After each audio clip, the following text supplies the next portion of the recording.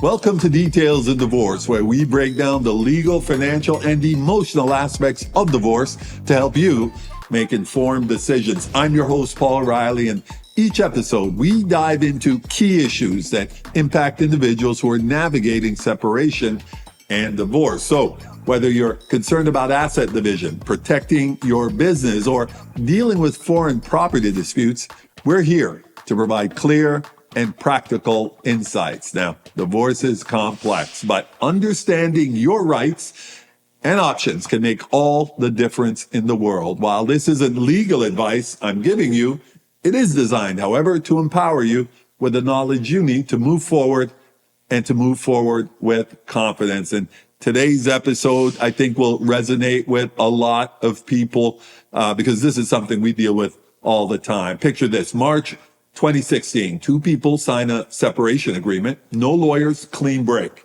His struggling tech company stays with him and she walks away. What she didn't know, however, his company was about to receive a $4 million investment. 9 years later, the Ontario Court of Appeal would make this one of the most important disclosure cases in Canadian family law. If you've built wealth, you need to understand how separation agreements can be destroyed by what you don't say. It's not always what's in the agreement. Quite often, in fact, it's what's not in the agreement. In Tasari v. Tossi, a 2025 case, the husband owned Post Beyond, a tech company. His wife discovered an affair. They wanted out fast. They downloaded an agreement from the internet. No lawyers. The agreement: no equalization of assets, it stated, and minimal support. His company explicitly excluded from the split. Well, the problem: while negotiating, Post Beyond was about to receive $4 million in funding. He knew it, she didn't. She thought the company was struggling. Well, the Ontario Court of Appeal set aside the entire agreement. Their reasoning changed everything about disclosure obligations in high net worth divorce. Ontario's Family Law Act, Section 56(4), states a court may set aside a domestic contract if a party failed to disclose significant assets, debts, or liabilities existing when the contract was made. Courts use a two-stage test. Stage one being prove that, in fact, non-disclosure did happen. Stage two is, should the court use its discretion to set aside the agreement? What counts as significant?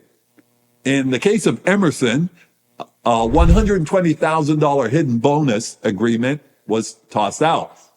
In the case of Giffen, they failed to undisclose $7 to $10 million purchase offers for a business. The agreement was ruled out. In Tasari, a pending $4 million investment, and once again, the agreement was void and thrown out. The pattern here, clearly, it's not just about the dollar amount, it's whether you deliberately hid it, whether it would have changed negotiations, and whether you had superior access to the information, whereas your spouse did not. The Court of Appeal in Birch v. Blair said the law does not entitle a liar to succeed just because the recipient had not ferreted out the lies. 4 scenarios that repeatedly destroy separation agreements are: 1, private company valuations. You attach an old valuation while in active sales negotiation. That was the Giffen case. Your agreement gets set aside. You must disclose current value and pending deals as well. Number 2, executive compensation, stock options, restricted shares, deferred bonuses. In Hare v. Hare, a 2024 case, failing to properly value these vehicles was grounds to set aside the agreement. It's not enough to say, I have options. You've got to disclose how many, the vesting schedule, as well as the current value. 3, family trust. You're a beneficiary. You don't disclose it, but you must. And if you don't, it will be thrown out. In Solch versus Soltz, the court stated, yes, even if you don't control it, it affects your financial position. It has to be revealed to the other party. You see the theme here? Courts are saying if you have information or knowledge your spouse doesn't, and it's material to the asset's value, you have a positive duty to disclose, even if, in fact, they don't ask. And here's the game changer. Initially, you have the burden to prove non-disclosure, but once you prove deliberate misrepresentation, the burden shifts. Now, they have to prove that you had the actual knowledge of the truth, not that you could have found out, not that you should have investigated, you had actual knowledge. In Virch, the wife was a lawyer. The husband was a businessman with valuation expertise.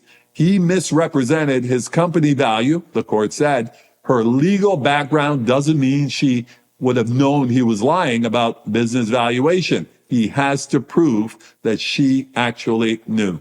Whether you're negotiating or challenging an agreement, here's a plan that you have to have in place. Number one, comprehensive disclosure. Don't just exchange financial statements. You've got to request 3 years of tax returns, personal and corporate, all business valuations from the last 5 years, stock options, as well as compensation agreements have to be disclosed as well. Trust documents have to be disclosed as well. And further, any letters of intent or any sort of pending deals that are on the horizon realistically, that all has to be disclosed. Number two, ask about those pending transactions. The question is, what deals are you, in fact, negotiating that might change the asset's values? Number three, never waive disclosure. Courts have said you cannot contract out of this duty. A waiver won't protect you. Four, get independent legal advice. It's not determinative, but in almost every case where agreements get set aside, a lack of ILA is usually a factor. And at our firm, we don't do deals if the other side says, I'm going to waive ILA, because we know that that's a loophole. That is an access for them to later come and penetrate what would otherwise have been a solid agreement. And number five, move quickly. If you discover a non-disclosure, challenge immediately. In Hillman versus Leckford, waiting 6 years turned out to be fatal. The court said it was too late. Number six, if you're disclosing, over-disclose. The risk of hiding something can be catastrophic. In Tasari, non-disclosure destroyed a $4 million advantage. And Tasari established that pending investments and capital infusions must be disclosed, even if they haven't closed yet. Courts will set aside agreements where one party deliberately allows the other to rely on outdated information. The duty to disclose is positive, it's immediate, and it cannot be waived. For a high net worth individual, this means comprehensive disclosure, sophisticated legal advice, and patience. Shortcuts, if you take them, could end up costing you millions. Well, that's it for this episode in Details in Divorce. I hope you found today's discussion insightful and valuable as you navigate your own divorce journey.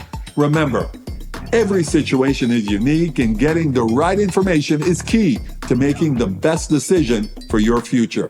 If you have any questions or need guidance, the Riley Firm is here to help. Be sure to subscribe so you don't miss any upcoming episodes where we continue to explore the critical issues that matter most during divorce. I'll see you next time.